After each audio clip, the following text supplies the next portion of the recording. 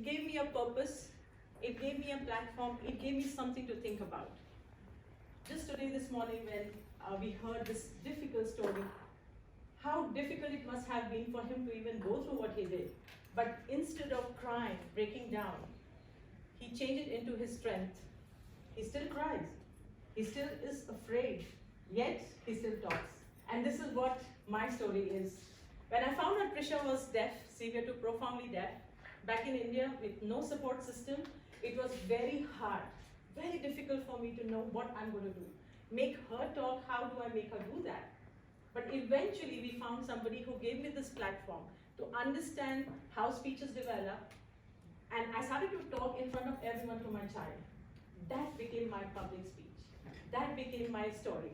I started to talk a lot, and soon enough, I had people who were coming to me asking me for help. I became a blogger and started to spread awareness on disabilities, and that's how I got various opportunities from around the world where people asked me to speak on the subject. My first speech was by my teacher. She asked me to come and tell everyone how my daughter was talking. And I just stood there and I said, well, my daughter is 2 years old and she started to talk. So now, when I can hold a workshop for 3 hours, they won't let me go. So it starts with a lot of difficulty, but trust you me, once you develop, you have that passion for what you want to share with your audience. Once you start speaking from your heart, you will see doors will open. People will believe in your story. People will love what you're saying, because you should have a slide plan. I never work with a plan. I have like a brief piece of paper, which kind of gives me kind of a guideline. But soon enough, when I see people are looking at me, listening to my story, it becomes a conversation with my audience. When you thought about your public speaker, what would you be thinking about? And this person influences me with this. What is that one quality about that public speaker that influences you? Okay, what did you say? I think that Amber Young at University.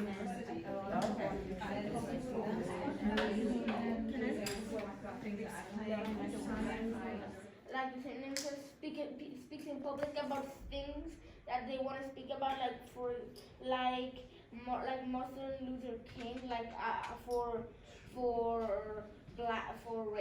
against racism, and the Peace Foundation, like Jeremy Gilly, and those type of people. Well, to me, public speaking starts when you start from your home. A thing like conversation, like when you're talking to your child or talking to your neighbor, it starts because you're out there talking about your ideas that have started to manifest into bigger ideas. And as you go through life, you discover that you have some passions in your life which has created a platform that you can share with the world. So I would like you to share 3 ideas in your next paper. What are the topics that touch your heart? In those 10 minutes where you kind of just breathe in, sit down, have a glass of water, and reflect on what your workshop is or your presentation is going to be about. Now here, because he was so sore, because he was reading from the paper, he had no idea what he's going to talk. You can see that he was disconnected and he was not interested, and that passes on to your audiences. I do have one more suggestion. To connect with listeners, it's a great idea to use a personal story or experience as an example. Can you? This is a very important part of your public speaking. It could be any topic. People relate with your personal stories. Last year I got, because of all the work that we were doing on various forums, we got connected to Phonak. It's a hearing aid company that my daughter uses. And we've always looked up to Phonak as, the brand that should be providing hearing aids to my daughter. And they asked us to become their brand ambassadors. And we are making now videos for them and spreading awareness on hearing loss, which I have never ever thought, coming from a small place in India to where we are spreading awareness on the very topic.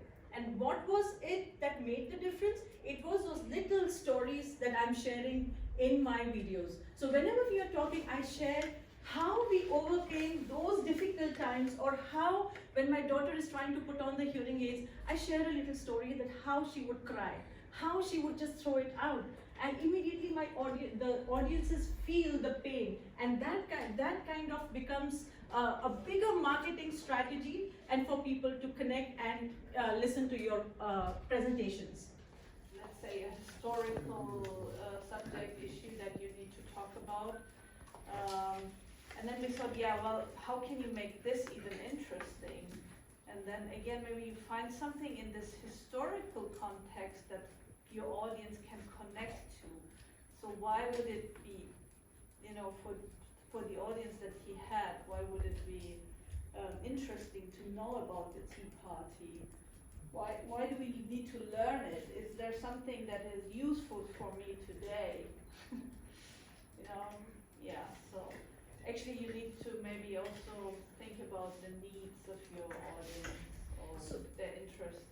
So this is the reason when we decide on a I have done speeches for like school kids as well as parents or therapists or teachers or a general audience. So when you know what kind of an audience you have to have a conversation, and your presentation has to be something that will give interest to your audiences. So if you have small children, you cannot be having a very intense conversation. It has to be playful. It has to be exciting enough for them to be sitting through your presentation. But if you're talking to adults, it has to be engaging enough.